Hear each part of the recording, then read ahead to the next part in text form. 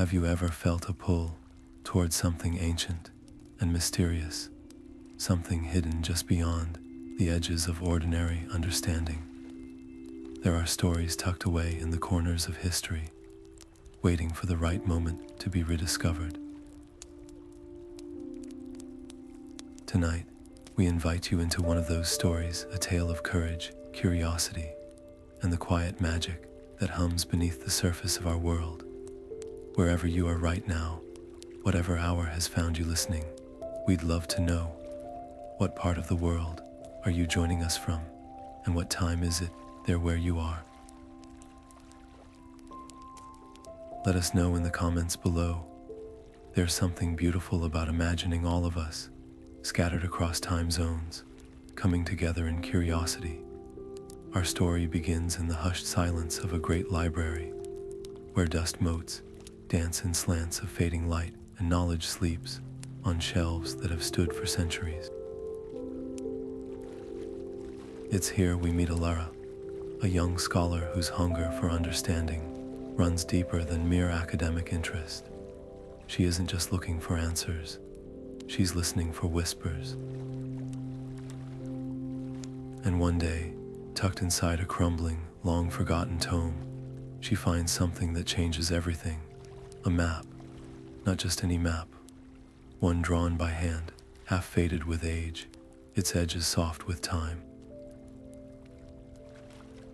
It hints at a place many believe is only legend, the remote island of Artaeum, home to the most secretive and powerful mystical society ever known, the Psijic Order.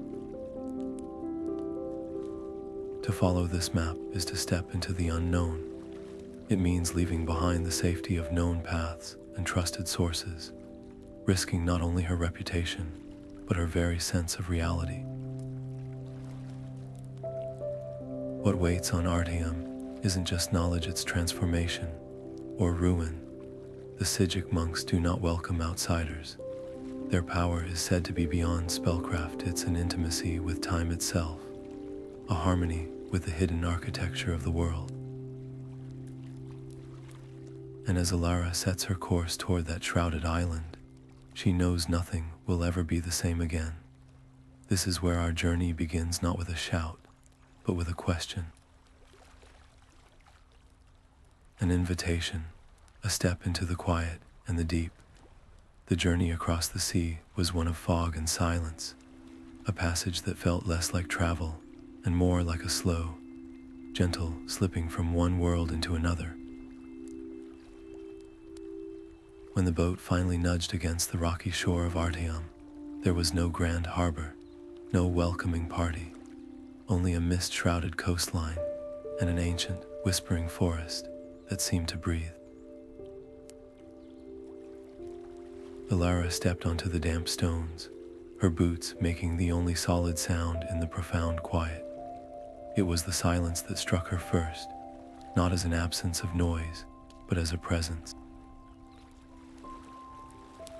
The air itself felt thick, charged with a subtle energy that made the hair on her arms stand on end.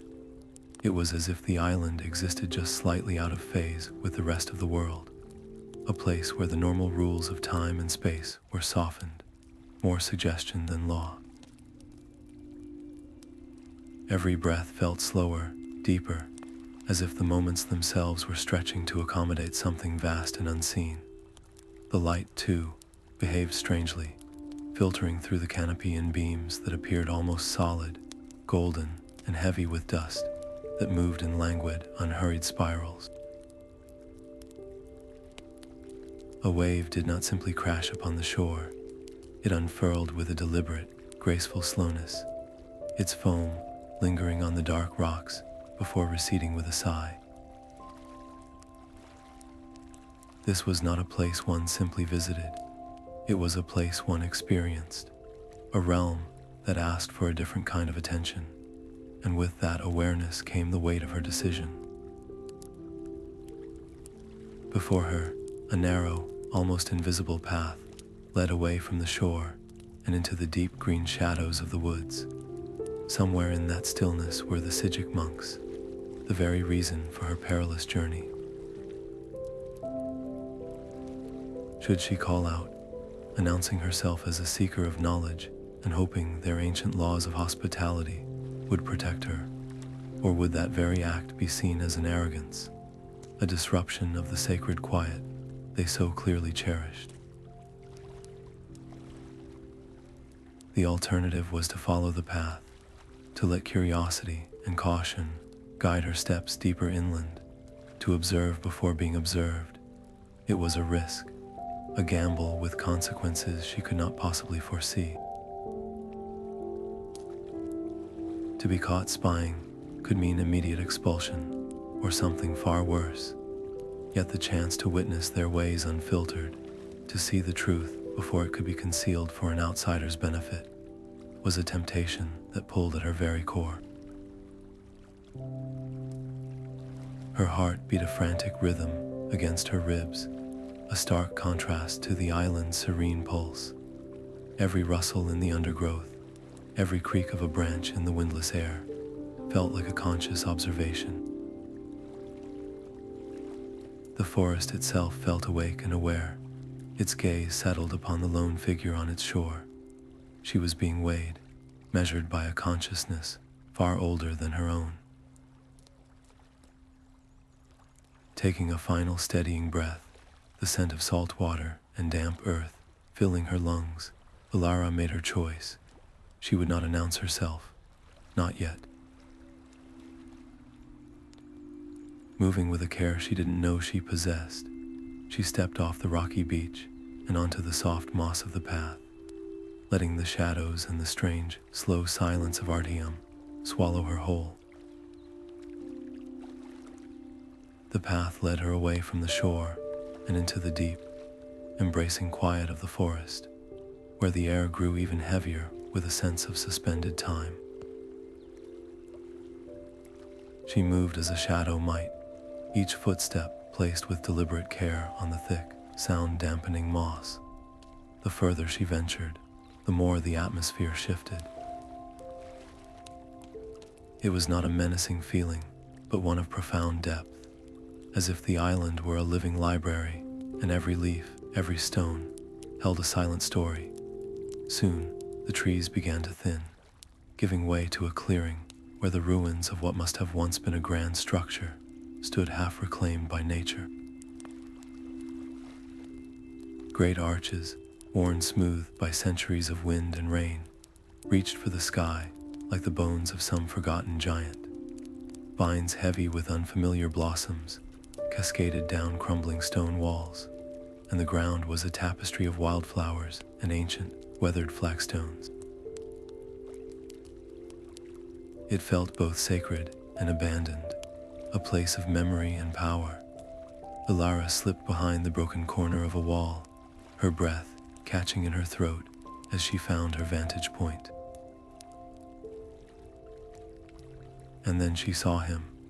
A solitary figure stood in the center of the ruins, dressed in simple, gray robes that seemed to blend into the stone and mist around him. He was a Sijic monk, his posture one of utter stillness, his hands resting at his sides. For a long moment, nothing happened. There was no chant, no grand gesture, no gathering of visible energy. There was only the monk and the deep, listening silence of the clearing. Then he lifted one hand, palm open, as if offering something to the air, and the world bent. It was the only way Alara could describe it to herself. The light around his hand didn't brighten or flash. Instead, it seemed to gather and slow, coalescing into a shimmering, liquid-like orb that hovered just above his skin.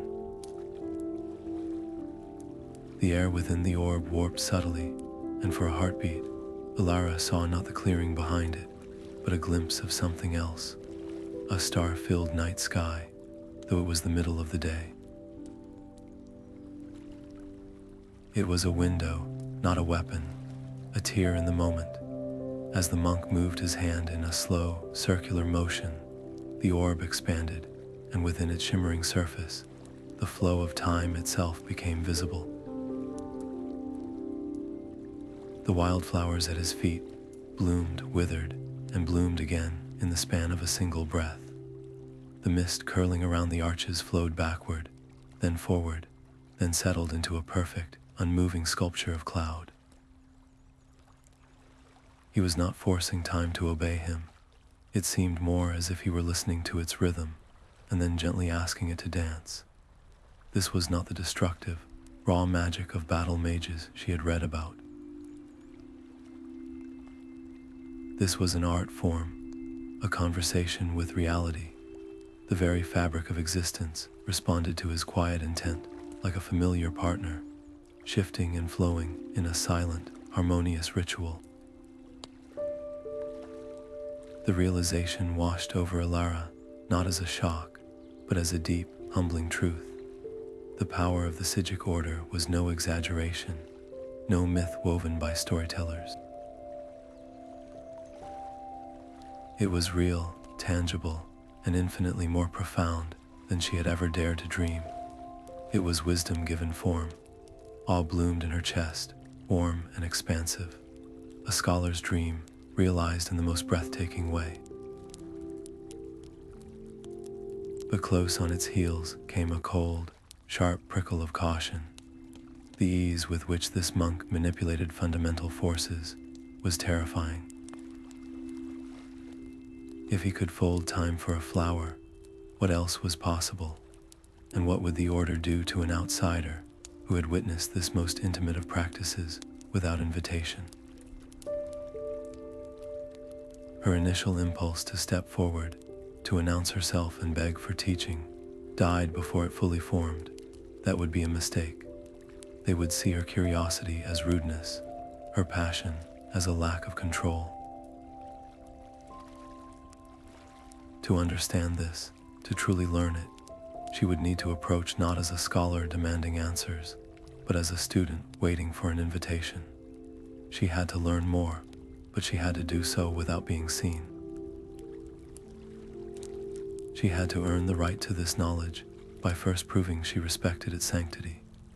Pulling back deeper into the shadows of the ruins, her heart still thrumming with the echo of what she had seen, Alara made a new resolve. She would watch, she would listen, and she would learn the language of this place before ever speaking a word. Time seemed to slow even further, each second stretching into an eternity, as Alara remained frozen behind the ancient stone, her mind racing. The rustle of a robe against the mossy ground was the only sound that preceded his appearance. She hadn't heard him approach. It was as if he had simply resolved into existence a few paces away, a young man in the same simple gray robes as the monk she had just witnessed, though his bearing was less austere. His eyes, a calm and piercing blue, were already fixed on her hiding place. There was no shock in his expression, no anger, only a deep, unsettling curiosity, as if he had been expecting to find her there all along.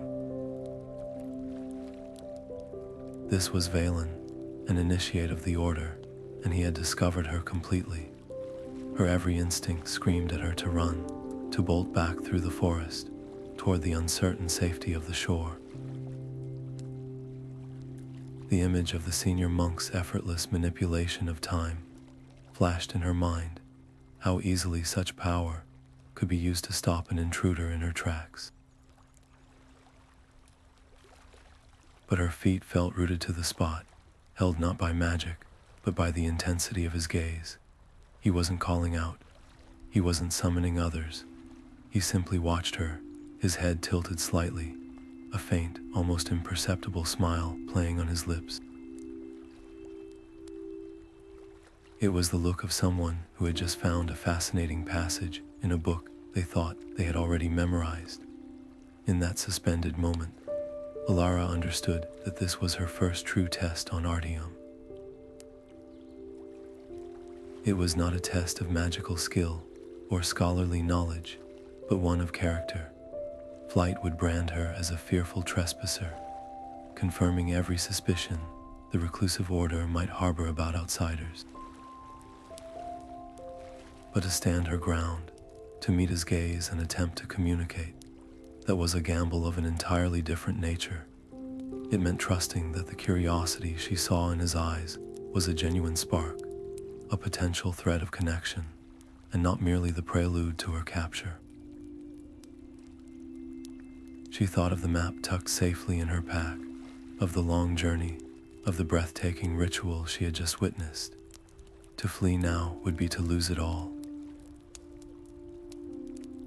To stay and speak was to risk everything for the chance of gaining something infinitely more valuable.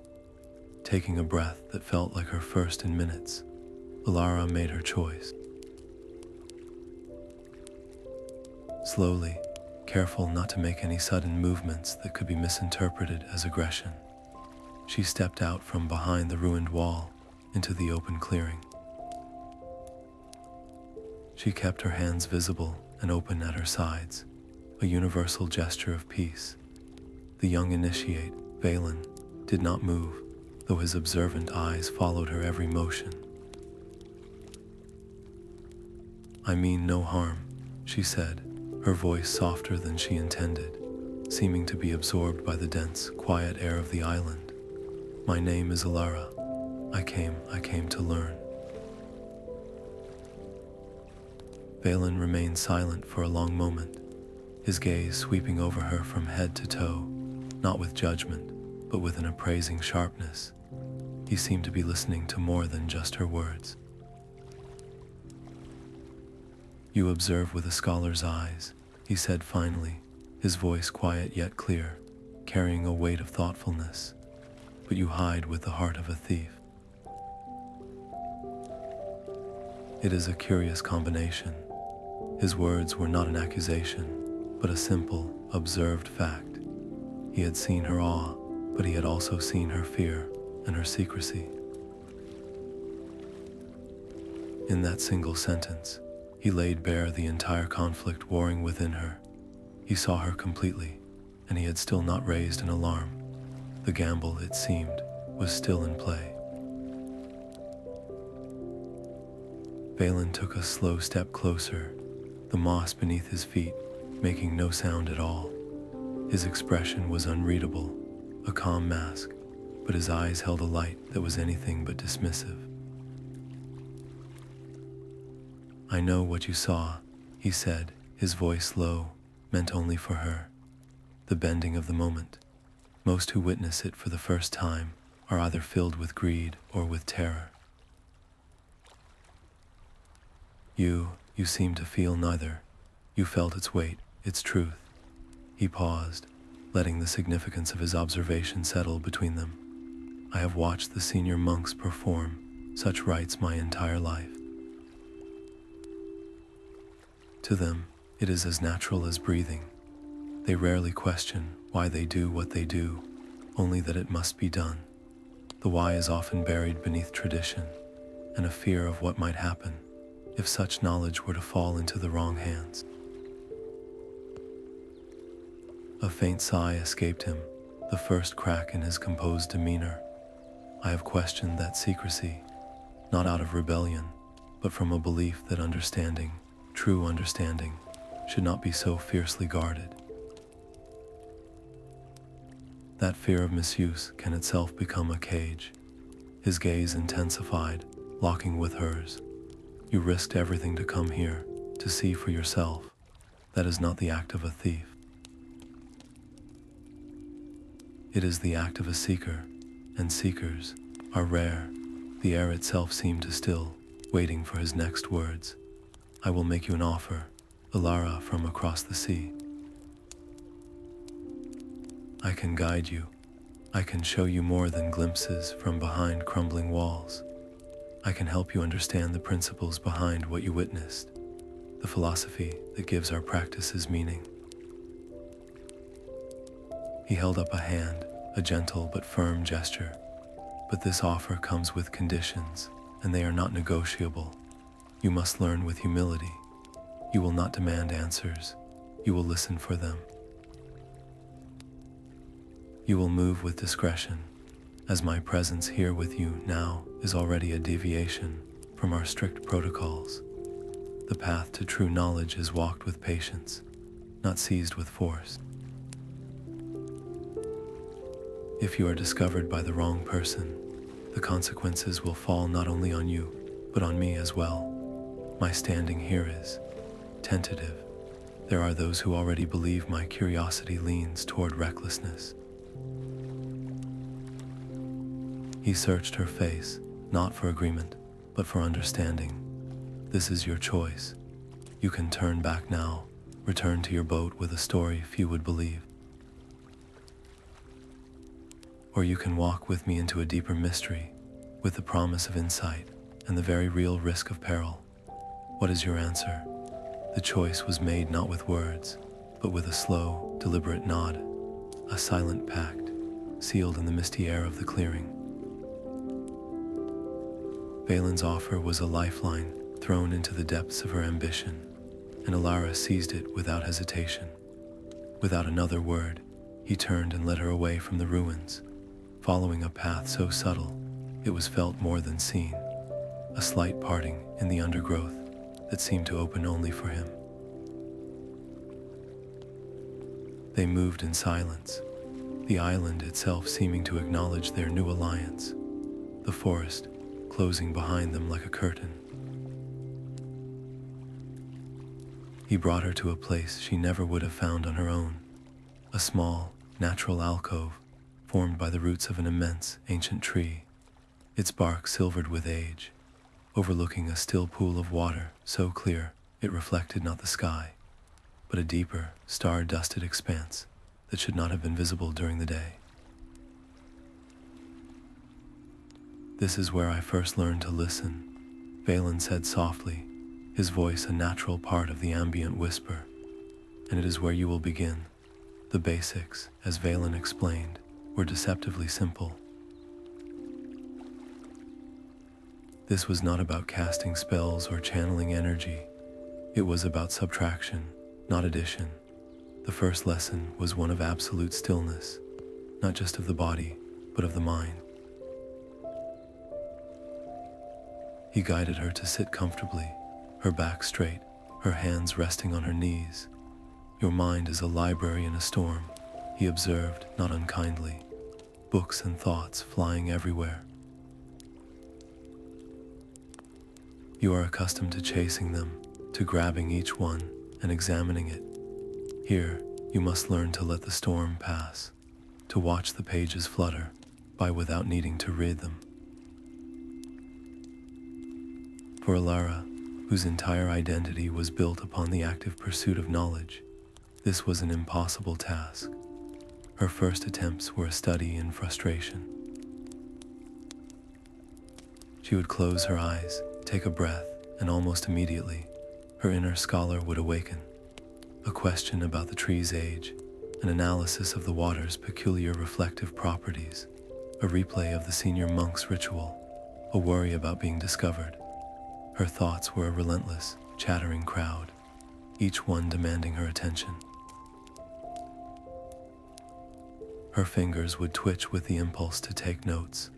Her knees ached with a desire to move. Impatience was a fire in her veins. She was doing nothing, and it felt like a monumental failure. Valen, sensing her struggle, did not instruct or correct. He simply sat beside her, his own presence a calm, steady anchor in her mental turbulence. "Do not fight the current," he murmured, his voice barely a breath. "You are in a river. You have been swimming against it your whole life, believing that to stop is to drown. I am asking you to turn onto your back, to let the water carry you. The river knows its way." The metaphor struck a chord. She tried again, this time focusing not on silencing her thoughts, but on acknowledging them and letting them go, visualizing each one as a leaf floating away on the surface of the pool. The breakthrough, when it came, was not dramatic. It was a single, fleeting moment of quiet. The internal noise simply ceased. In that pristine silence, she became aware of a new sensation. It was a gentle, rhythmic pull, not at her body, but at her awareness. It was the flow of time itself. She felt it not as a linear march, but as a vast, gentle tide, ebbing and flowing around her, through her. It was in the impossibly slow unfurling of a fern beside her, in the lazy spiral of a mote of dust, caught in a sunbeam, in the deep, patient heartbeat of the ancient tree at her back. For one breathtaking second, she wasn't observing time, she was a part of its current. Then, as quickly as it came, it was gone. Her analytical mind surged back, eager to dissect the experience, to categorize and label it. But the echo of that clarity remained, a profound and humbling truth. She had always believed that understanding came from accumulation, from gathering more facts, more data, more power. This was the opposite. True understanding, she realized in a flash of insight, required surrender. It demanded the release of control, the quieting of the ego that insisted on dissecting the world in order to own it. The Sijic path was not about commanding time, but about harmonizing with it. It was a lesson that ran counter to every instinct her scholarly nature had ever taught her. She had come to Artaeum to acquire secrets, to add a new chapter to her store of knowledge. Now, she was learning that the first and most important step was to empty her cup, to make space not for answers, but for a different way of questioning altogether. The days that followed were a tapestry of quiet routine and profound internal change. Under Valen's patient guidance, Alara returned daily to the secluded alcove, each session a small battle against her own restless intellect. The moments of pure clarity were still fleeting, islands of peace in a sea of mental chatter, but they were growing longer, more substantial. She was beginning to understand the language of the island, not in words, but in sensations, the subtle pull of temporal currents, the silent hum of latent energy in the ancient stones. It was during one of these meditative returns to her small, hidden quarters that the familiar quiet was shattered. Her path took her along a high, covered walkway that overlooked one of the Order's many serene courtyards. She was lost in thought, mentally replaying the day's lesson on the perception of duration, when raised voices from below cut through the evening's stillness. Instinctively, she pressed herself against the cold stone wall, her scholar's habit of observation overriding everything else. Peering carefully through the latticework, she saw 3 senior monks, their postures rigid with attention that was utterly foreign to the Sijic calm she had come to associate with them. Their words, though hushed, were sharp and carried clearly in the still air. "Is not a matter for debate," the Rhylon, one of them, a woman with a severe brow, was saying. "The shard's resonance is unstable. The wards themselves are reporting fluctuations I have not seen in centuries, and I am saying that to move it now, in a state of panic, would be far more dangerous than maintaining our vigil," replied the one named the Rhylon, a man whose voice carried a natural, though currently strained, authority.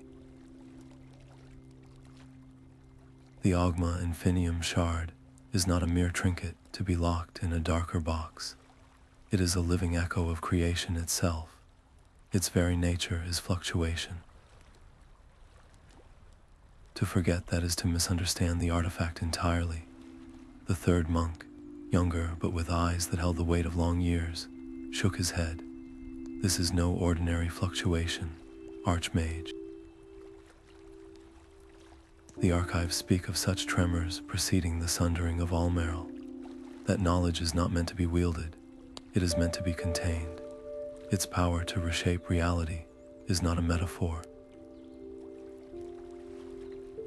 It is a threat, one misplaced thought in its presence, one moment of pride or fear from an unworthy mind, and the tapestry of cause and effect could unravel in ways we cannot predict, cannot repair.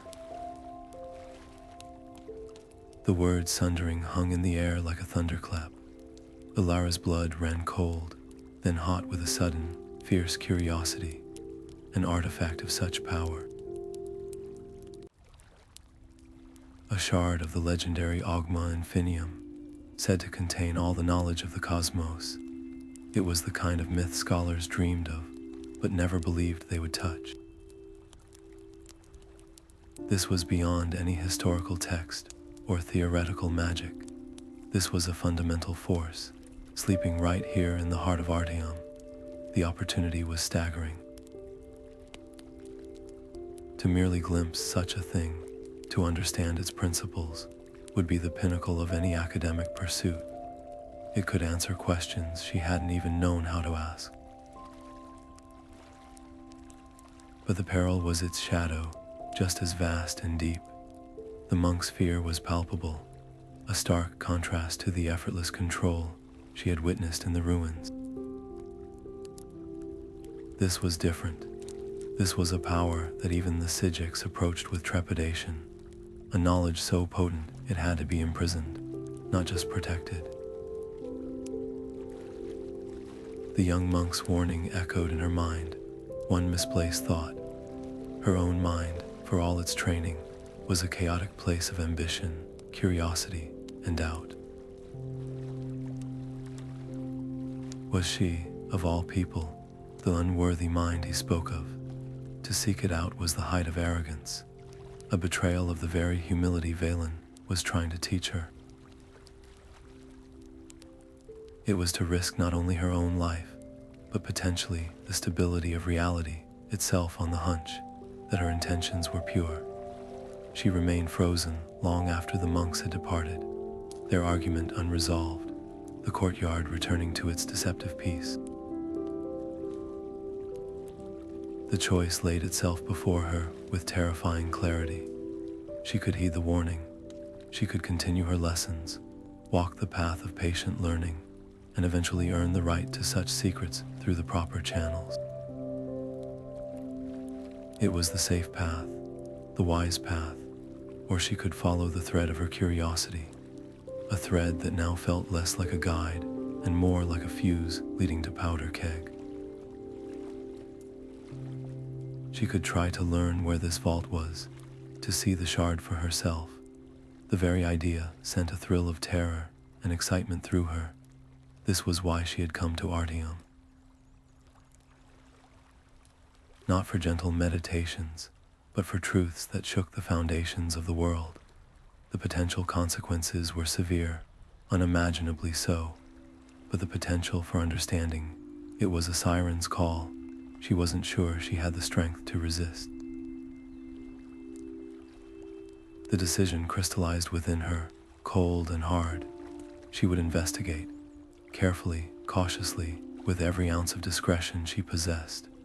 She would learn what she could, and then, only then, would she decide what to do with that knowledge. The weight of the overheard conversation pressed on Alara for hours, a secret so immense it seemed to alter the very air she breathed. She knew the prudent path was to bury the knowledge, to focus on her meditations, and prove herself a worthy student. But the name Oghma Infinium Shard echoed in her mind like a forgotten song, an irresistible pull toward a truth too profound to ignore. She couldn't carry this alone. The risk of confiding in Valen was terrifying. She could shatter the fragile trust they'd built and see her chance at learning vanish forever.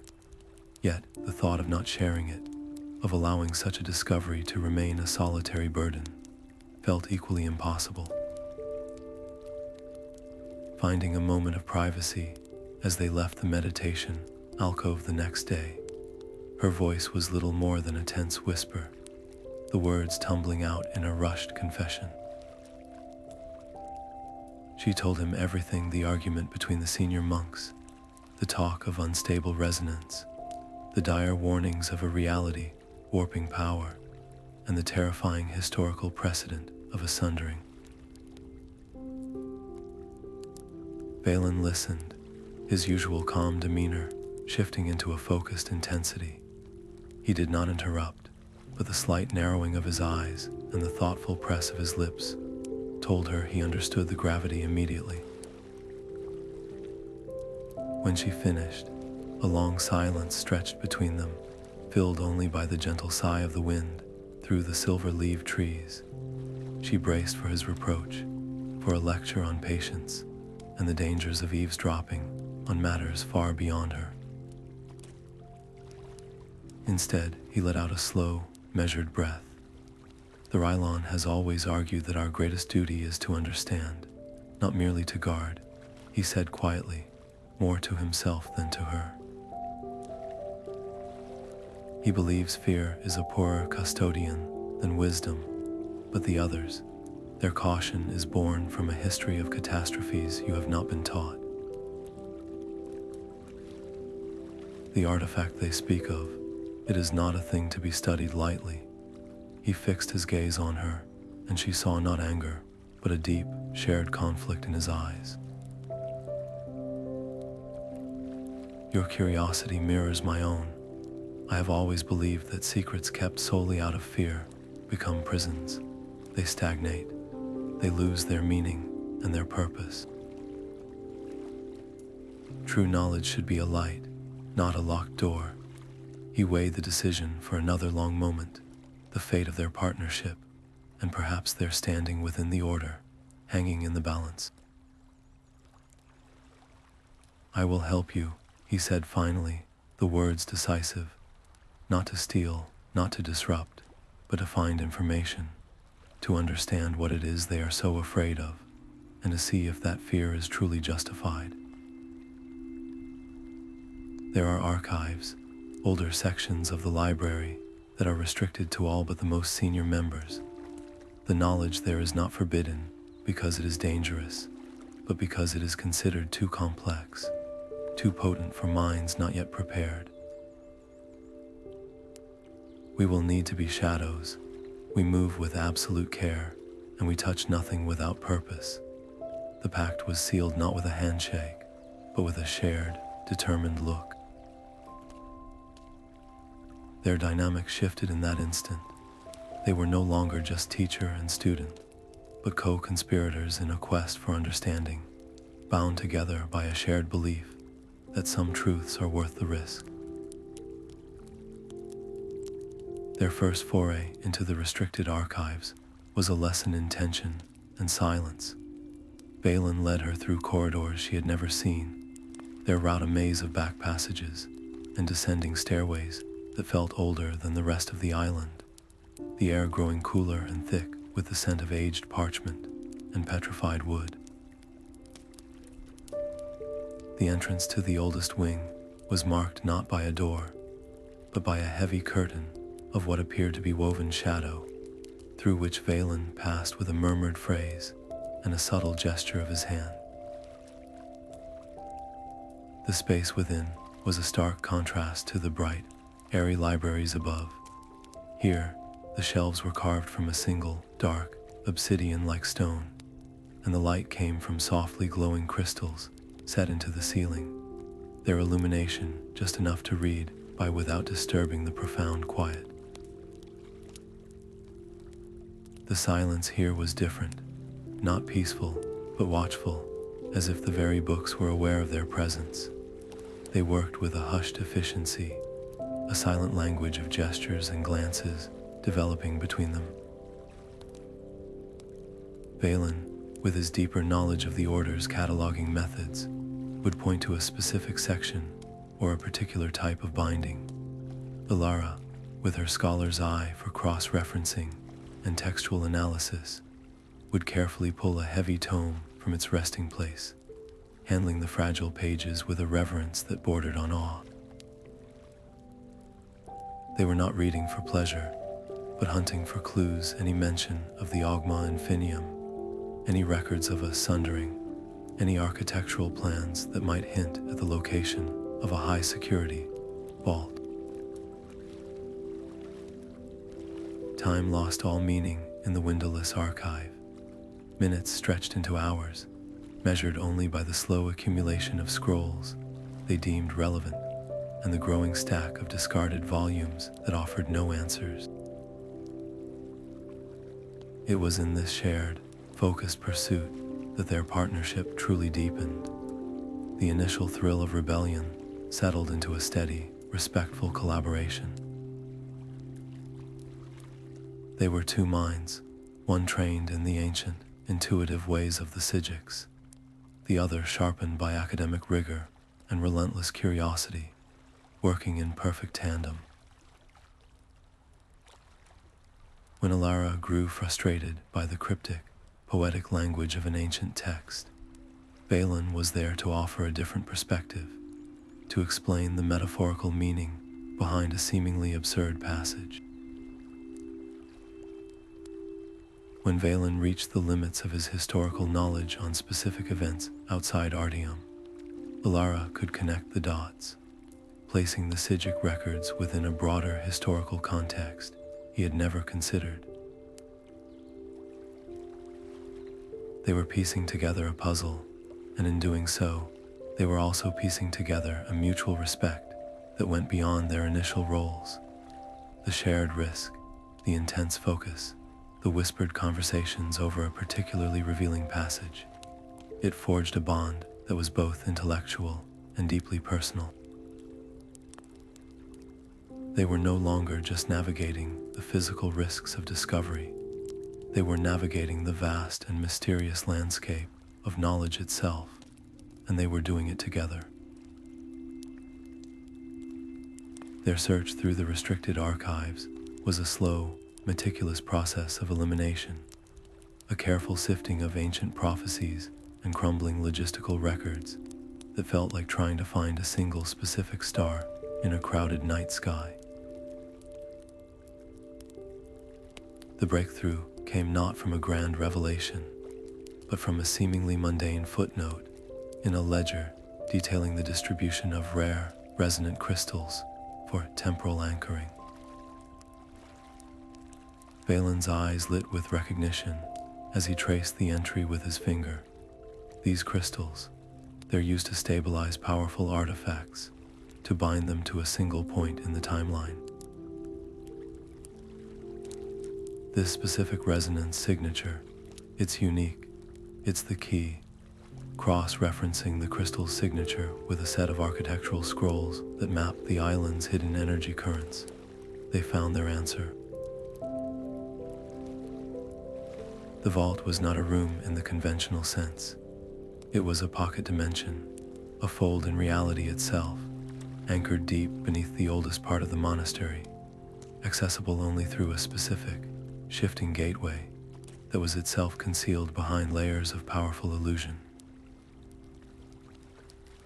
The entrance they identified was a seemingly blank wall at the end of a disused corridor, indistinguishable from any other. But as they approached, the air grew heavy and cold, humming with a sub-audible frequency that set Alara's teeth on edge. This was no simple locked door. The first layer of defense was a ward of misdirection, a psychic barrier that whispered directly into the mind, urging them that they were lost, that they had taken a wrong turn, that there was nothing of interest here, and they should return to their studies.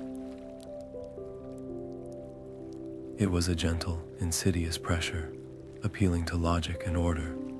Valen simply closed his eyes, took a centering breath, and stepped through the wall as if it were mist. The ward feeds on doubt, he explained, his voice slightly muffled by the enchantment. You must know your purpose with absolute certainty. You must hold your intention so clearly in your mind that it becomes more real than the illusion. For Alara, it was a profound test of her meditation training. She pushed aside the scholarly part of her brain that wanted to analyze the ward's construction, and instead focused on the memory of the senior monk's fear, on the burning need to understand the truth of the shard. She fixed her purpose in her mind like a fixed point in a storm, and walked forward.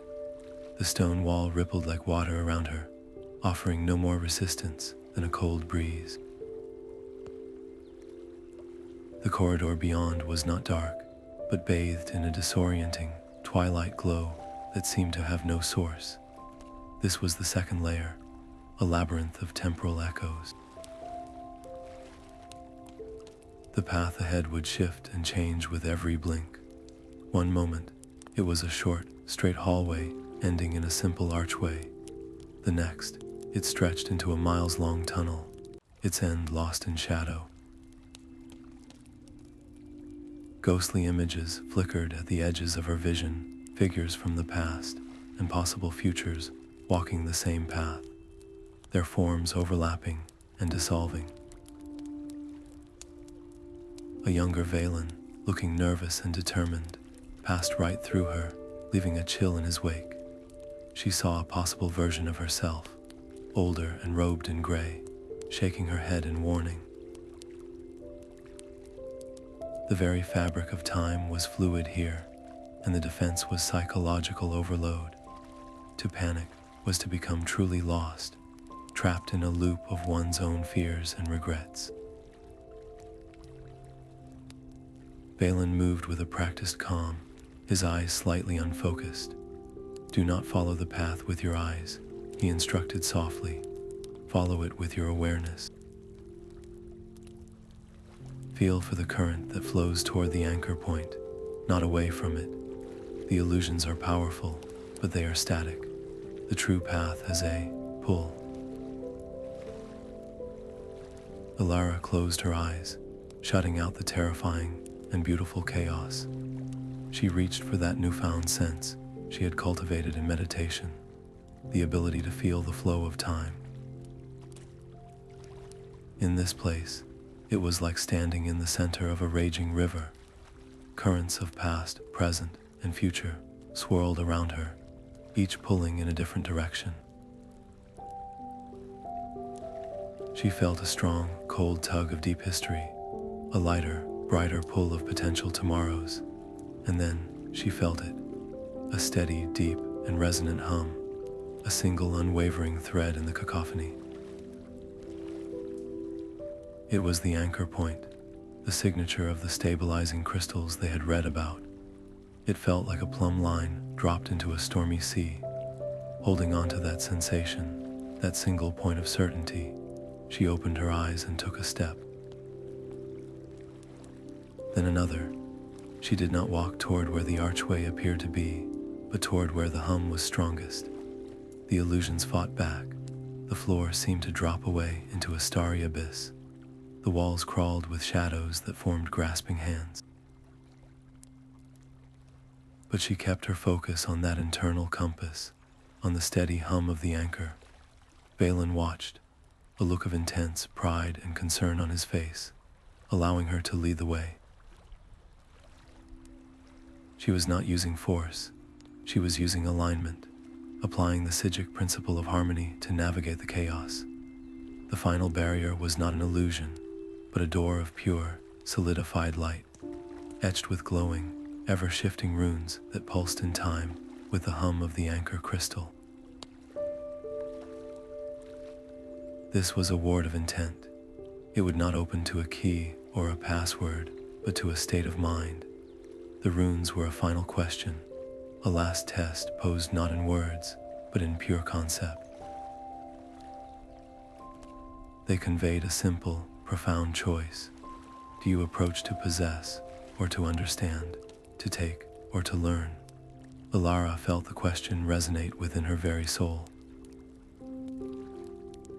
She thought of her journey, of the initial greed for knowledge that had driven her here, and the hard-won lessons in humility she had learned under Valen's guidance. She thought of the awesome responsibility that came with true power. She placed her hand upon the cool, smooth surface of the light door. She did not push. Instead, she emptied her mind of ambition, of desire, of any thought of ownership. She filled it only with a pure, selfless curiosity, a profound respect for the knowledge within. and a sincere intention to safeguard it, not to exploit it. The runes flared once, brilliantly, and then the door simply dissolved into motes of golden light, revealing the chamber beyond. She had passed the final test, not with a spell, but with her heart. The stakes of every silent step had been immense, a tightrope walk over an abyss of failure, but her newfound skills, forged in patience and perception, had held firm. The air within the corridor grew colder and stiller the further they went, the disorienting twilight glow of the temporal labyrinth giving way to a more focused, crystalline light that seemed to emanate from the walls themselves. The hum of the anchor crystal was a palpable vibration now, a deep thrumming that Alara could feel in her bones, a steady drumbeat guiding them toward their goal. In this profound silence, just steps away from what they had risked so much to find, Valen's voice, when he finally spoke, was so quiet it was almost a thought itself. "We are being watched," he murmured, his eyes not on her, but on the empty space ahead of them, as if seeing something she could not. Not in this moment, perhaps. But the threads of our actions here are being traced backward. My mentor, Archmage the Rhylon, he has always seen the potential for my curiosity to become defiance. He finally turned to look at her, and for the first time since they had met in the ruins, Alara saw a flicker of genuine apprehension in his calm blue eyes. He does not disapprove of questions. He disapproves of the path one takes to find the answers. He believes that a door unlocked without permission is still a trespass, no matter how pure the intent behind it. And he would be right. The admission hung in the air, adding a new, chilling layer of gravity to their already precarious situation. This was no longer just about bypassing magical wards or outwitting ancient security. It was about betraying the trust of someone Valen respected, someone who held his future in his hands. The potential consequences were no longer abstract banishment for her, a permanent stain on his record, the end of his journey within the order he called home. A cold wave of guilt washed over Alara, so potent it nearly stole her breath. She had been so consumed by her own drive, her own scholarly obsession, that she had barely paused to consider the full price Valen might have to pay for her quest. She had dragged him into this, appealing to his own dormant rebelliousness, and now they stood on the precipice of a discovery that could cost him everything. "Valen, she began, her voice thick with regret. "I never meant for you to. We can turn back, right now. This isn't worth your place here." But he shook his head, a sad, resolved smile touching his lips. "It is precisely because of my place here that we cannot turn back," he said. "If this knowledge is as dangerous as they say, then keeping it entirely secret is a gamble with the fate of the world. And if it is as profound as we hope, then hiding it away is a disservice to every soul who could benefit from its light. My mentor fears chaos. I fear stagnation. The greater risk, I believe, is in doing nothing." His words were not a dismissal of her concern, but an affirmation of the shared principle that had brought them together in the first place. He was making an active choice, fully aware of the cost. Alara felt the weight of his sacrifice settle onto her shoulders, a heavy mantle of responsibility. This was no longer just her personal academic triumph. It was a mission. Pressing on was an act of faith. Faith in Valen's judgment, faith in her own intentions, and most of all, faith in the idea that some truths are too important to remain forever locked away, seen only by a select few. The potential of the artifact wasn't just about personal enlightenment. It was about what that knowledge could mean for the world beyond these misty shores. It could heal ancient magical wounds, prevent future catastrophes, answer questions that had plagued philosophers for millennia. That potential, that faint hope of a greater good, was the flame that burned away her hesitation. With a final, grateful nod to her friend, she turned toward the source of the light and the hum, her steps firm with a new, solemn purpose. The cost of this knowledge had just become infinitely higher, and that, more than anything, made it a price she was determined to make worth paying. The final barrier dissolved not with a sound, but with a silent release of pressure, and the chamber beyond was revealed. It was not a vast treasure room or a vault lined with gold, but a small, perfectly circular space whose walls were made of what appeared to be solidified, dark water, reflecting nothing. In the center of the room, hovering just above a simple pedestal of unadorned stone, was the Oghma Infinium Shard. It was smaller than Alara had imagined, no larger than her fist, a crystalline orb that seemed to be carved from a single piece of captured twilight. It pulsed with a soft, internal light, and within its depths, tiny, impossible constellations swirled and died, and were born again in a continuous, silent dance. It was beautiful, and it hummed with a potency that made the air taste of ozone and starlight.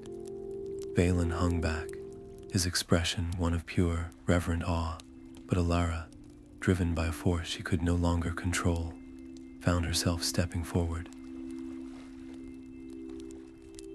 Her hand rose almost of its own volition, drawn by the artifact's silent song. Her fingers, trembling slightly, brushed against its cool, impossibly smooth surface. The moment of contact was not an explosion, but an implosion, a silent detonation of consciousness that pulled her inward. The chamber, Valen, the very island of Artaeum, vanished. She was everywhere and nowhere, a single point of awareness adrift in the river of time itself. Visions erupted around her, not as pictures on a screen, but as fully immersive realities that she experienced simultaneously. She saw a future of breathtaking hope, great cities of crystal and light rising from deserts, where magic and technology were woven together to heal the sick and feed the hungry.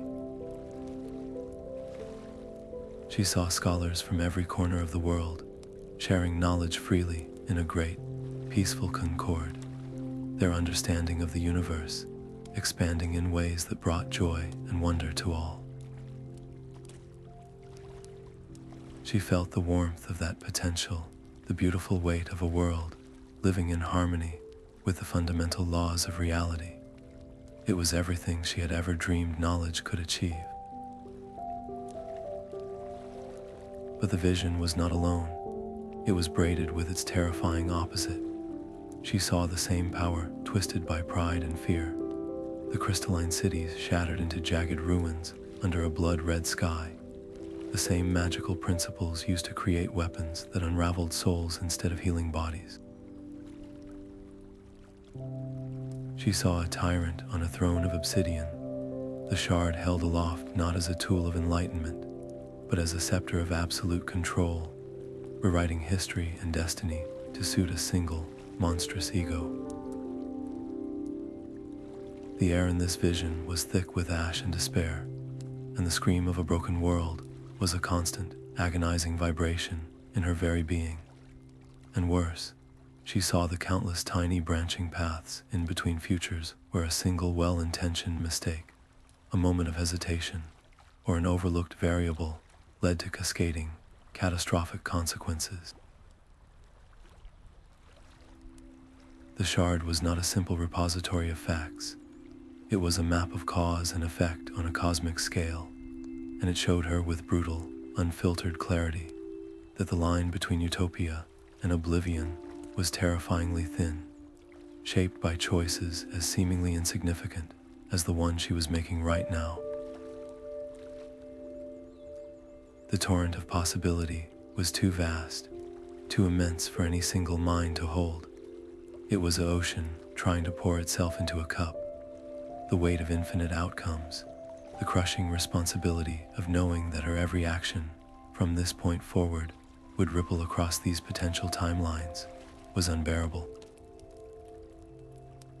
She felt her sense of self beginning to fray at the edges, her identity dissolving into the chaotic storm of what might be. She was a scholar, not a goddess. The burden of this omniscience was not enlightenment, but a form of exquisite torture. With a gasp that was both physical and spiritual, she ripped her hand away from the shard, stumbling backward into Valen's steadying arms. The visions ceased as abruptly as they had begun, but their echoes lingered behind her eyes, branded onto her soul. The serene chamber felt claustrophobic, the hum of the anchor crystal now sounding like a warning alarm. She looked from the pulsating artifact back to Valen's concerned face, her own expression a mask of overwhelmed terror and dawning comprehension. The arrogant curiosity that had driven her here was gone, burned away in the forge of that vision. She now understood the senior monk's fear in her bones. This was not a book to be studied. It was a live nerve center of reality itself. To continue to try and explore its depths was the height of folly. It would be like a child trying to steer a starship by pulling random levers. The potential for unintended catastrophe was absolute. Every instinct screamed at her to put it back, to seal the door, to flee and try to forget what she had seen. But the other vision, the one of hope and light, held her captive too. That future was also real, also possible. The knowledge within the shard could be the key to preventing wars, curing plagues, and elevating all of mortal kind. To lock it away again felt like condemning the world to a darker path, like hiding the only cure for a terrible disease out of fear that someone might misuse it. It was a paralyzing dilemma. One path was defined by caution and fear, the other by hope and an immense, terrifying risk.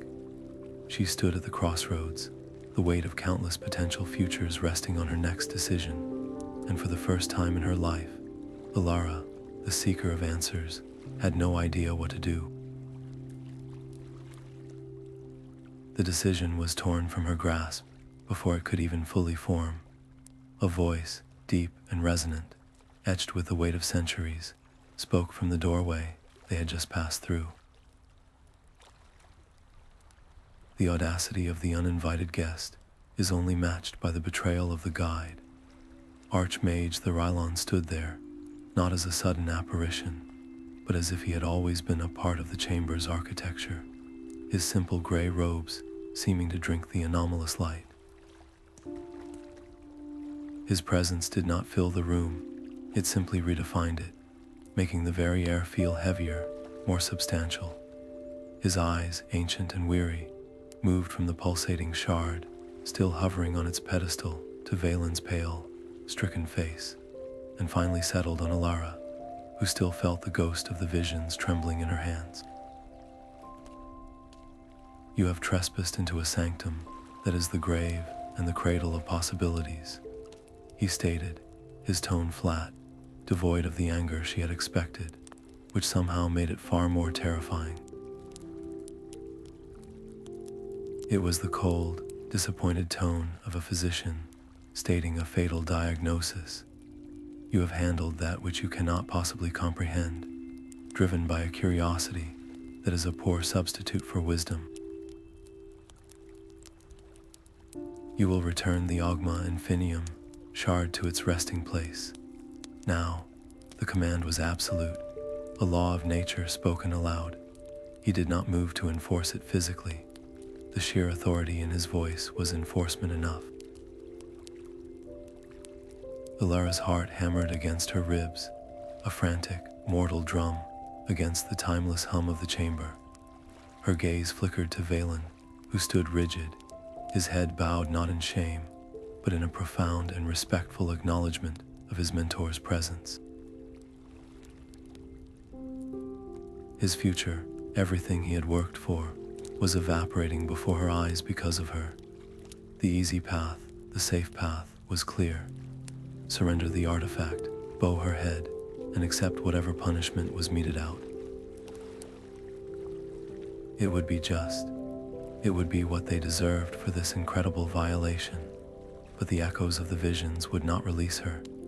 The desperate screams of a doomed future warred with the joyful silence of a world at peace.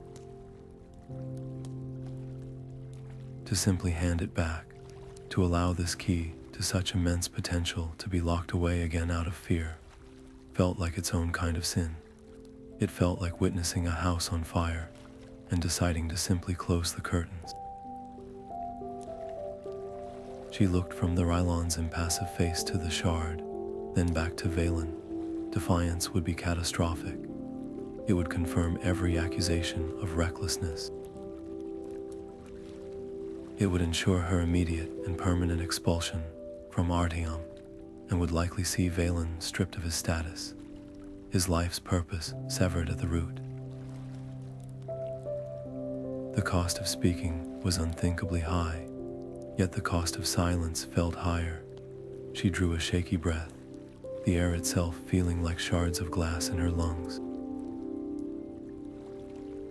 Archmage, she began, her voice unsteady but clear, cutting through the heavy silence.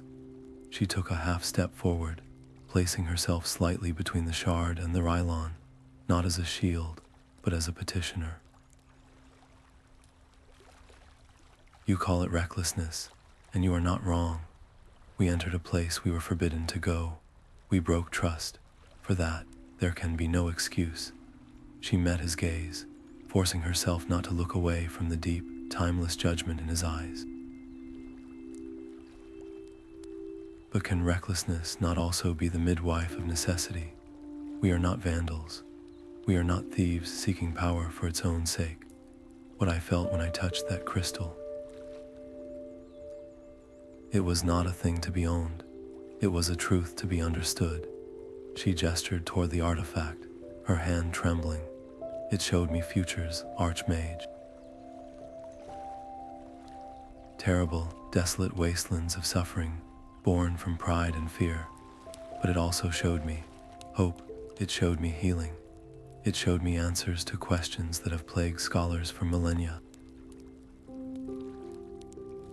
To hide such a thing away, to treat this profound knowledge as if it were a loaded weapon that must never be seen, is that truly wisdom, or is it the deepest form of fear? Her voice grew stronger, fueled by the conviction of what she had experienced. You guard this secret to prevent catastrophe. I understand that now. But in doing so, are you not also preventing salvation? Can the answer to fear truly be more secrecy? Or could it be the careful, humble, guided pursuit of understanding? You have spent centuries building walls to keep this knowledge contained. Perhaps it is time to consider building a bridge so that its light might reach a world that is drowning in darkness. She fell silent, her plea hanging in the air. She had not defended their actions. She had reframed them. She had appealed not to his mercy, but to his core philosophy, gambling that the man who valued wisdom above all might see a glimmer of it in her desperate, imperfect words. The fate of two futures, her own and Valen's, now rested on whether a centuries-old guardian of secrets could recognize a spark of truth in the heart of a trespasser. For a long moment, The only sound in the chamber was the low, resonant hum of the shard itself, a constant reminder of the immense power hanging in the balance. The Rhylon's ancient face, which had been a mask of stern judgment, underwent a subtle but profound transformation. The lines around his eyes deepened not with anger, but with a weary contemplation, as if he were listening to an argument he had had with himself 1,000 times before. He studied Alara, not as a disobedient child, but as a specimen of a rare breed, a mortal whose curiosity had not yet been entirely corrupted by ambition, whose passion was still tempered by a flicker of genuine reverence for the knowledge she sought. "You speak of bridges," he said, his voice losing its edge of cold authority and gaining the quality of a scholar considering a fascinating, if flawed, hypothesis. "You see a path where I have only ever seen a precipice. This is the eternal conflict between the young, who see potential in every locked door, and the old, who remember what lies behind some of them." He took a single step into the chamber, his movements slow and deliberate, and his gaze shifted from Alara to the shard. "Your words are not without merit. A truth kept in absolute darkness is a truth that has already begun to die. It loses its context, its relevance. It becomes a relic, not a tool for understanding." I have felt this stagnation myself. The admission was so quiet, so personal, that it felt more shocking than any outburst of rage. Valen's head lifted slightly, his eyes wide with disbelief. The Rhylon, the unwavering pillar of tradition, had just confessed to a moment of doubt. The Archmage's eyes returned to Alara, and in them she saw not condemnation, but a test being formulated.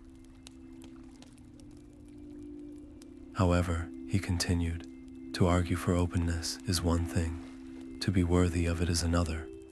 Wisdom is not proven by eloquent speech, but by disciplined action. You believe that your intent is pure, that your heart is aligned with understanding and not possession, but the heart is a fluid thing, easily swayed by pride or fear. The only true measure of a mind's readiness is its mastery over itself." He clasped his hands before him. "Therefore, I will offer you a chance to prove your worthiness, not to me, but to the principles you claim to champion. You will undertake a trial, not of strength or of cleverness, but of spirit. You will enter the chamber of the unfolded moment, a place where the flow of time is amplified. There, you will seek to achieve the state of Sil, the temporal stillness. It is an advanced meditation that many of our initiates spend years striving to even comprehend, let alone achieve. It requires the absolute silencing of the inner dialogue, the release of all desire for outcome, and the harmonious alignment of one's own rhythm with the great, slow heartbeat of time itself." He paused, letting the sheer scale of the challenge settle upon her. "You will have until the first light of dawn touches the highest peak of the main spire. A single night. If you can find that center of perfect stillness and hold it for the span of 100 heartbeats, you will have demonstrated a control over your own nature that suggests you might, one day, be trusted with greater truths. You will have shown that you can be a vessel and not merely a hand that grasps." His expression was unreadable, a blend of stern challenge and a faint, almost imperceptible glimmer of hope. "This is the only path forward. Do you accept this trial?" The chamber of the unfolded moment was a space of profound and unsettling quiet, a perfect sphere of polished, dark obsidian that seemed to absorb not only sound, but the very passage of seconds. There were no windows, no torches, only a single, faintly glowing crystal set into the center of the floor that provided a soft, unchanging illumination. The air was still and cool, carrying the faint scent of petrified wood and deep earth, as the heavy stone door sealed behind her with a final, echoing thud. Alara was plunged into a silence so absolute it felt like a physical presence. This was her arena, her prison for the night, and her only opponent was herself. The Rhylon's challenge echoed in her mind, Ea Sil, the temporal stillness. It sounded like a philosophical concept, but she knew it was a state of being, a complete and total alignment with the fundamental rhythm of existence. To achieve it, she had to silence the very engine of her identity, her analytical, questioning, perpetually restless mind. She settled onto the cool floor, crossing her legs and resting her hands on her knees, adopting the posture Valen had taught her. She closed her eyes and began the first step, breathing in and out, slow and steady. She visualized her breath as a wave, washing in and washing out, trying to let her thoughts drift away on the tide. But almost immediately, the storm within her broke. Doubt was the first and loudest voice. You are a scholar, not a monk. This is absurd. You have one night to master what takes them years. It's an impossible task, a polite way for the Rhylon to justify throwing you out at dawn. The voice was sharp, logical, and utterly persuasive. It was followed closely by fatigue, a heavy weariness that seeped into her bones, making her back ache and her eyelids feel like lead. The emotional whiplash of the day, the terror of discovery, the thrill of the visions, the crushing weight of responsibility had drained her completely. Her body begged for sleep, not for a meditation that felt like trying to hold back the ocean with her bare hands. Hours seemed to bleed together in the featureless chamber. Her focus would fracture over and over again. A memory of the shard's terrifying visions would flash behind her eyes, jolting her with a fresh wave of anxiety. A worry for Valen, alone and awaiting his own judgment, would twist in her gut. The sheer, maddening silence of the room would become a roar in her ears. She shifted constantly, her muscles cramping, her frustration mounting into a hot, impotent anger. She was failing, miserably and completely. With every failed attempt, the image of the Rhylon's disappointed face at dawn grew clearer, and the chance to ever truly understand the shard's potential slipped further away. In her deepest moment of despair, when she was ready to slump to the floor in defeat, she heard Valen's voice not as a memory, but as a calm, clear echo in her mind. Your mind is a library in a storm. You must let the storm pass. And then another, from their first lesson. You are in a river. Stop swimming. Let the water carry you. They weren't just instructions anymore. They were lifelines. She had been trying to force the stillness, to wrestle her mind into submission through sheer effort of will. She was still swimming against the current. With a shuddering breath that was almost a sob of surrender, she stopped trying. She stopped fighting the doubts, the fatigue, the fear. Instead, she simply acknowledged them. I am afraid. I am tired. I am doubting. She named each one, and then, visualizing Valen's leaf on the water, she let them go. She stopped seeing her thoughts as enemies to be defeated, and began to see them as weather patterns passing through the sky of her awareness. She wasn't the storm. She was the sky, vast and unchanging behind the temporary clouds. This was the humility the Rhylon had spoken of. It wasn't about self-abasement. It was about releasing the arrogant notion that she could control the universe through thought alone. And then something shifted. The frantic chatter of her mind began to quiet, not because she silenced it, but because she stopped feeding it with her resistance. The aching fatigue in her body melted away, not as a physical change, but because she stopped focusing on it. In the spacious silence that remained, she became aware of a new sensation. It was the flow of time, not as a linear river, but as a vast, multidimensional ocean. She could feel its currents all around her, within her.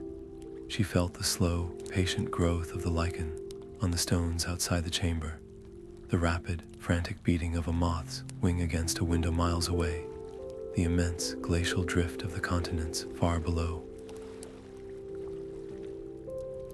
She was not separate from any of it. Her own heartbeat was a rhythm in this great symphony, her breath a tide in this cosmic sea. This was a Sil. It was not a state of doing, but of profound being. She held it, not through effort, but through a graceful allowing. She lost count of the heartbeats, because the distinction between her heart and the heart of the world had blurred into irrelevance.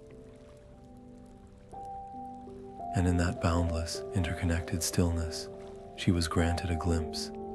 It was not a vision of the future or the past, but of the present in its truest, most expansive form.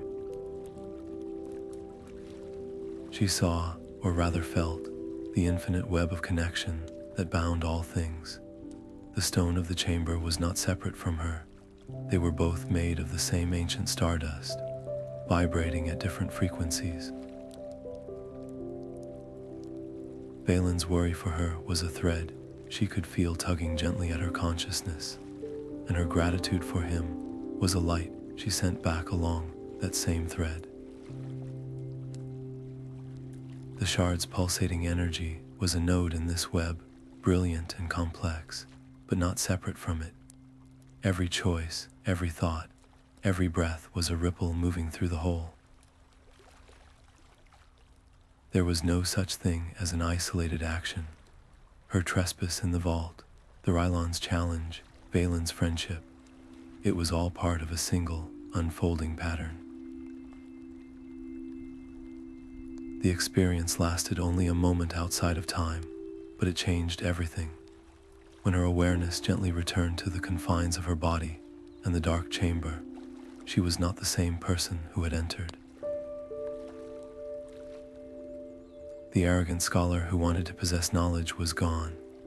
In her place was a humbled student who understood that true wisdom was not about acquisition, but about relationship, about understanding one's own tiny, precious place within the vast, beautiful, and impossibly intricate tapestry of all that is. She had not just passed a test, she had been remade by it. The first light of dawn had not yet touched the highest spire when the door to the chamber of the unfolded moment slid open. The Rhylon stood there, his ancient face illuminated by the soft glow from within. He did not need to ask if she had succeeded. The evidence was written in the very air around her, in the profound, resonant calm that seemed to emanate from Alara's still form. Her eyes opened, and they were no longer the sharp, hungry eyes of a scholar seeking to acquire, but the deep, reflective eyes of one who has seen the weave of the world and understood her place within it. There was no pride in her expression, only a humbled, quiet awe. The Rhylon inclined his head in a slow, deep nod. It was the only acknowledgement she needed. Her world did not immediately change. She was not granted unrestricted access to the vault, or handed the shard as a reward. Instead, a new routine began, one defined by a profound and meticulous structure. Her studies of the Oghma Infinium Shard were to be conducted only under the Rhylon's direct supervision, for a strictly limited time each day, and always within a warded circle of protection that hummed with a soft, golden light. The first time she approached the artifact again, her heart did not pound with excited ambition, but beat a slow, steady rhythm of respect. She understood now that the circle was not a cage for the shard, but a sanctuary for her own mind, a necessary filter for the overwhelming totality of its knowledge. Under the Rhylon's guided instruction, her relationship with the shard transformed completely. Before her trial, she had wanted to possess its secrets, to extract them like gems from a mine and add them to her collection. Now she learned to listen to them. The Rhylon taught her that the crystalline orb was not a book to be read, but a symphony to be heard. Its knowledge was not a static thing to be owned, but a living, flowing current of understanding that one could learn to harmonize with. To try and hold a single note of this music is to silence the entire orchestra, he explained, his voice a low murmur beside her as the shard pulsed gently in its center. You do not seize the knowledge, you attune yourself to its frequency, and in doing so, you become a part of its truth for a moment. This was the balance he spoke of, a delicate, eternal dance between seeking and surrendering, between curiosity and reverence. She learned that the terrifying visions of catastrophe she had experienced were not prophecies carved in stone, but echoes of realities where this balance had been shattered by arrogance or fear. The hopeful visions were not guaranteed futures, but possibilities that could only bloom from a foundation of wisdom and patience. The shard did not offer answers, it offered perspectives, and the wisdom to know which perspective to apply and when. It was through this painstaking, patient work that Alara came to a realization that reshaped her entire understanding of the Psijic Order. Their secrecy, their isolation, their fierce protection of artifacts like the shard. It was not born from a selfish desire to hoard power or an arrogant belief that they alone were worthy. It was an act of profound responsibility, a somber duty born from a terrible understanding of cause and effect. The Rhylon revealed fragments of history she would never find in any book outside of Artaeum, tales of ancient empires that had uncovered similar slivers of cosmic truth and used them not to elevate their people, but to dominate and destroy, twisting the fabric of reality until it tore under the strain. He spoke of knowledge that was not inherently good or evil, but was simply too potent, too foundational, for a mind unprepared to handle its weight. A flame could cook a meal or burn down a forest. The fault lay not with the flame, but with the hand that wielded it without understanding its nature. The Sijics were not jailers of knowledge, they were its gardeners. They tended these dangerous and beautiful truths, not to keep them from the world, but to ensure they did not bloom before the world was ready to receive them without being poisoned. Their entire philosophy was one of guardianship, a long, patient vigil against the chaos that erupted when power vastly outstripped wisdom. This was the true reason for Valen's mentor's initial wrath. Their trespass was not merely a breaking of rules, it was a reckless, storming into the sacred garden, risking the trampling of seeds that were not yet ready to grow. Alara's trial had not been a punishment, but a test to see if she possessed the humility to pick up a watering can instead of a plow, to see if she could learn the difference between nurturing a thing and merely claiming it. The permission to study the shard alongside Valen felt less like a grant of access and more like the beginning of a sacred apprenticeship. Their work together was no longer a clandestine operation fueled by rebellion, but a solemn, structured ritual conducted under the watchful, albeit approving, eye of Archmage the Rhylon. Each day, they would enter the specially prepared chamber, the air humming with the soft golden light of the protective wards, and approach the Oghma Infinium Shard with a reverence that had been earned through trial and humility. Their task was methodical and precise, to observe, to document, and most importantly, to listen. Alara, with her scholarly training in meticulous notation and cross-referencing, would describe the shard's fluctuating luminescence, the subtle shifts in the tiny constellations swirling within its core, and the way its resonant frequency seemed to respond to different states of mind. Valen, drawing on his deep understanding of Psijic principles, would interpret these observations, explaining how a spike in resonance often correlated with a strong emotional impulse from the observer, or how a particular harmonic pattern indicated a stable alignment with the flow of time itself. This daily collaboration forged their bond into something far stronger than friendship. It became a trusted partnership, a meeting of two different ways of knowing that created a whole far greater than the sum of its parts. Where Alara saw data points and patterns, Valen saw philosophical implications and metaphysical connections. He taught her to read the shard's behavior not as a meter reading, but as a language, a silent, vibrational discourse on the nature of reality. She, in turn, helped him structure these ephemeral concepts into a coherent record, creating a logbook that was both scientifically rigorous and spiritually profound. They would spend hours in quiet discussion after each session, their voices low and thoughtful, debating the meaning of a particular fluctuation or puzzling over an anomalous reading. In these moments, surrounded by scrolls and notes, they were simply two minds united by a shared, awe-inspiring curiosity.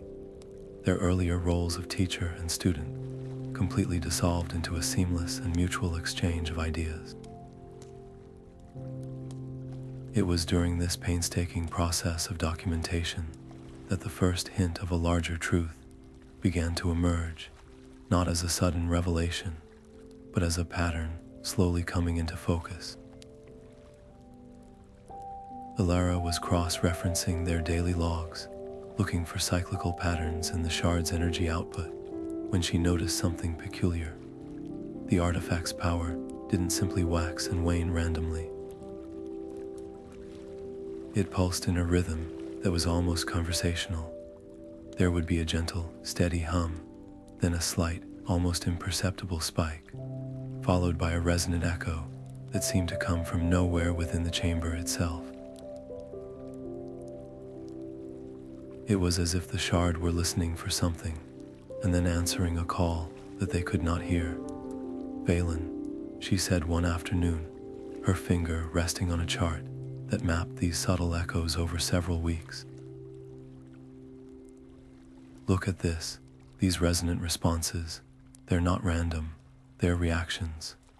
Valen leaned over her shoulder, his brow furrowed in concentration as he studied the data. After a long moment, his eyes widened with a dawning comprehension. "It is not an echo," he whispered, his voice filled with a kind of stunned awe. "It is a confirmation." A reply. He explained a theory he had only ever encountered in the most speculative of the Order's oldest texts. The writings suggested that profound artifacts of cosmic knowledge were never truly singular. They were often created in sets, or perhaps more accurately, as a network, like a choir of stars scattered across the heavens, each one singing a unique part of a single, universal harmony. These artifacts were believed to be in a constant, subtle communication with one another across the vast distances of space and time. The Oghma Infinium Shard was not a lonely, isolated repository of all knowledge.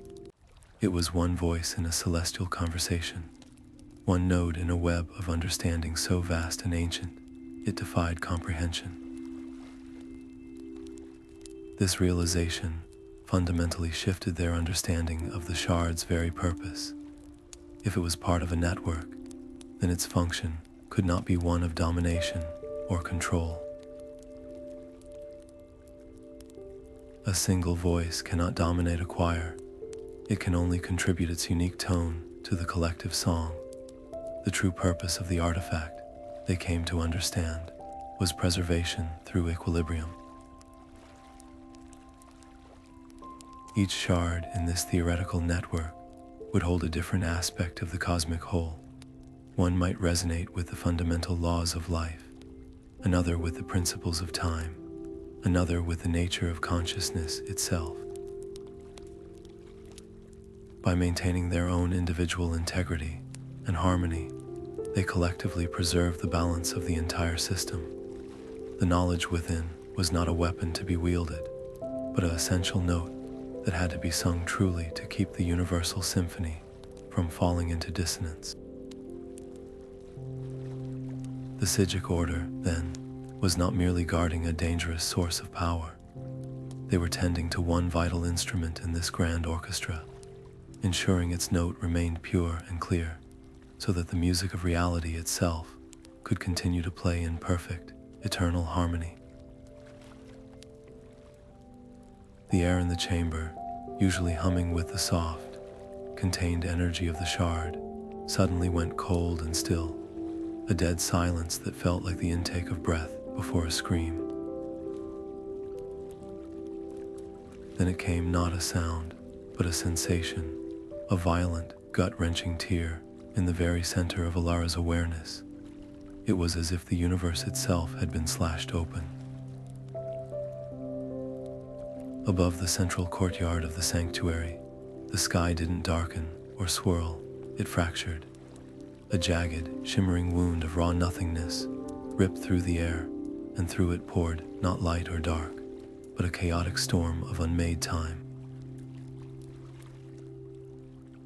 The air screamed with the dissonance of 1,000 conflicting moments, crashing into one another.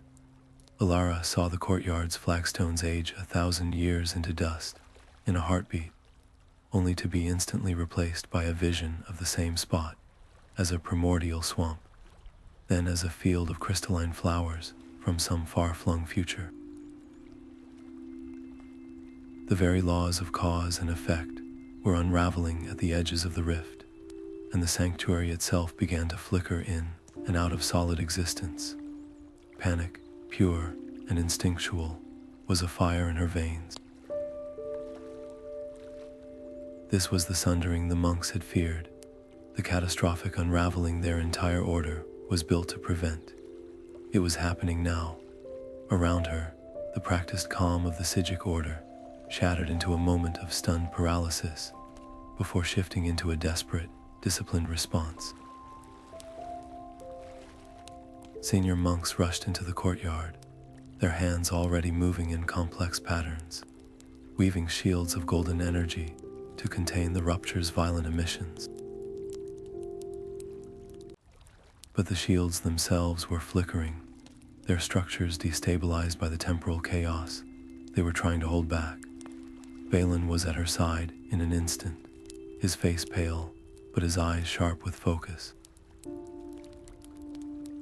"The anchors are failing," he shouted over the psychic roar of the rift. "They're trying to force it closed, but it's like trying to hold back the ocean with a net." Elara saw what he meant. The monks were applying tremendous power. There was a visible force pressing against the tier, but the rift was fighting back, growing wider with each opposing push. It was feeding on the resistance. Force was the wrong language. In that moment of absolute terror, a profound clarity descended upon her. The lessons of the past weeks, the patient meditations, the humbling trial in the chamber, The shard's teachings of harmony and balance crystallized into a single, undeniable truth. This was not an enemy to be defeated. It was a wound to be healed. A broken bone must be set, not smashed. To fight the rift was to fight reality itself, and that was a battle that could not be won. She remembered the feeling of Sil, the profound stillness where she had felt herself as part of the great, interconnected tapestry of all that is. The rift was a tear in that tapestry. You do not fix a tear by pulling on the threads. You gently, patiently weave them back together. She turned to Valen, her voice calm and steady, cutting through the panic. They're making it worse. We have to stop fighting it. He looked at her, confusion warring with trust in his eyes. What do we do? Without hesitation, she reached out and took his hand. We join it. Closing her eyes, she did not reach for power or push her will against the maelstrom. Instead, she did the hardest thing she had ever done. She let her awareness expand toward the raging tear, not as a warrior, but as a healer approaching a fevered patient. She opened herself to the chaos, allowing the terrifying dissonance of unmade time to wash over her without resistance. It was agony, a sensory overload that threatened to shred her sanity. But within the pain, she began to feel the individual threads. She felt the terror of the broken moments, the desperate, jagged energy of a system trying and failing to hold itself together. "Don't push," she called out, her voice now amplified not by volume, but by a newfound authority that resonated with the fundamental laws of the world. Listen to it, find its rhythm and match it. Align, don't oppose. Valen, his hand tight in hers, was the first to understand. He stopped his own instinctual shielding and followed her lead, his breathing slowing, his presence becoming a calm, steady point in the storm. One by one, the other monks, sensing the shift in strategy, began to lower their forceful barriers. Archmage the Rhylon, his face etched with the strain of battle, watched them for a crucial second before issuing a sharp new command. Heed her, align your spirit's harmony, not force. What followed was not a ritual of magic as Alara had ever known it. There were no shouted incantations, no blinding displays of power. It was a collective act of profound empathy and precise alignment, led by Alara, who stood as a conduit between the teachings of the shard and the raw wound in reality. The Sijic ceased to be individual casters and became a single, conscious instrument. They did not pour their energy into the rift. They tuned their own spiritual frequencies to its fractured, screaming song. They found the discordant notes of broken time, and with immense patience and care, began to hum the counter melody, the song of stability and flow that was the natural state of the world. It was a symphony of restoration. Alara, her consciousness stretched across the breach, felt the exact moment the violent chaos began to recognize the offered harmony. The rift's wild flailing began to slow, its edges ceasing their violent expansion. It was no longer being attacked, it was being understood, and in that understanding, it began to calm. Guided by the collective, empathetic will of the Order, the jagged tear began to knit itself back together.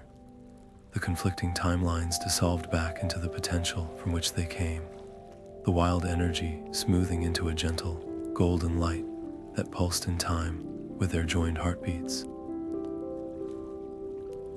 The last shimmering seam of the rift sealed with a soft, sighing sound, like a final breath of relief, leaving the courtyard whole and silent once more, the air smelling of rain, washed stone, and ozone. The silence that followed was deafening, filled with a palpable, shared exhaustion and a dawning, awe-filled realization. They had not won a victory, they had facilitated a healing. The power that had saved them was not the power of control, but the power of wisdom. The wisdom to understand that true strength lies not in dominating nature, but in cooperating with it. Alara, her legs trembling with fatigue, opened her eyes to see not a single face looking at her with suspicion or anger, but with a unified, respectful awe. She had not just helped fix a breach in reality, she had proven the very philosophy she had argued for in the vault. In the moment of greatest peril, it was not rigid control, but flexible wisdom, not solitary force, but collective empathy, that had saved all they held dear. The profound silence that settled over the courtyard after the rift sealed was heavier than any noise, thick with the echoes of averted catastrophe and the shared exhaustion of every soul present. There were no cheers, no celebrations, only a deep, collective breath of relief and a slow, dawning recognition of what had just transpired. All eyes, one by one, turned to Alara. But the looks they gave her were not the suspicious, wary glances of before. They were filled with a new, profound respect, an acknowledgment that transcended words. She had not just helped, she had led. She had seen a truth they, in their moment of panic, had forgotten, and she had reminded them of their own most sacred principle, that true power lies in harmony, not in force. In the days that followed, the atmosphere on Artaeum shifted palpably. Where once Alara had been a tolerated outsider, a curious anomaly, she was now greeted with quiet nods of recognition, and even the faintest of smiles from monks who had previously looked straight through her. The formal acknowledgment came during a gathering in the main hall, a simple ceremony devoid of pomp, but rich with significance. Archmage the Rhylon stood before the assembled order, his voice carrying the weight of his centuries. He spoke not of her trespass, but of her courage, not of her recklessness, but of her clarity. He named her a friend of the order, a title she would learn was bestowed perhaps once in a generation, signifying a trust and a bond that extended beyond the shores of the island. It was an honor, but it was also something more, a responsibility. The Rhylon approached her afterward, away from the others, his ancient eyes holding hers. "You came to us seeking knowledge to take," he said, his voice low and thoughtful. "You will leave having learned that the greatest knowledge is not taken, but shared. And it is that which you must now carry. The world beyond our mists hungers for power, but it starves for wisdom. It seeks to conquer nature, not to converse with it. Your task, should you choose to accept it, is to be a bridge, carry the principle of balance into the chaos, teach patience to those who see only speed. Do not give them our secrets, give them our spirit. Show them that a cup must be empty before it can be filled, and that a mind at war with itself can never hear the music of the world." This was her charge, to be a living embodiment of Psijic philosophy, not a propagator of their spells. The day of her departure was softened by a gentle, misty rain that made the island seem like a dream she was waking from. Her boat was waiting, the same simple vessel that had brought her, but she was not the same person who had arrived. She carried no ancient tomes, no mystical artifacts, no stolen shard. The treasures she took with her were intangible, yet more valuable than any object. A hard-won understanding of the flow of time, a humbling awareness of her place, within a vast, interconnected whole, and a curiosity that had been refined in the fires of trial, its sharp edges softened into a wise and patient wonder. It was a curiosity that sought to understand, not to acquire, to listen, not to demand. Valen walked with her to the shore, their easy silence speaking volumes after their weeks of shared risk and revelation. "The world will try to rush you," he said, his gaze fixed on the horizon where the mists of Artaeum began to thin. "It will call our way slow, our methods obscure. Remember this place, remember the feeling of the current, and when it becomes too loud out there," he added, a familiar, knowing smile touching his lips, "you know where to find a quiet corner."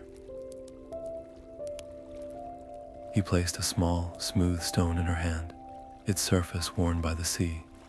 It was utterly ordinary, yet it hummed with a faint, familiar energy, a tiny, anchored piece of the island's timeless peace. It was not a tool of power, but a token of remembrance, and it was a promise. Their partnership, forged in secrecy and tested in crisis, would not end here. They were two guardians now, one within the garden and one beyond its walls, their bond a thread connecting the sacred and the profane, united in a shared purpose to safeguard knowledge not by hiding it, but by preparing the world to receive it with wisdom and respect. As her boat slipped away from the enchanted shores, Artaeum didn't vanish so much as it receded, folding back into the veil of mystery from which it had emerged. Alara watched until the last shimmer of its coastline was swallowed by the mist, not with a sense of an ending, but with the quiet certainty of a beginning. She turned her face toward the open sea and the wide, waiting world, her hand closing around the smooth stone in her pocket. She was going home, but she was not returning empty-handed. She was returning remade, a quiet guardian of deep truths, ready to listen for the music of the world and to hum, whenever she could, the tune of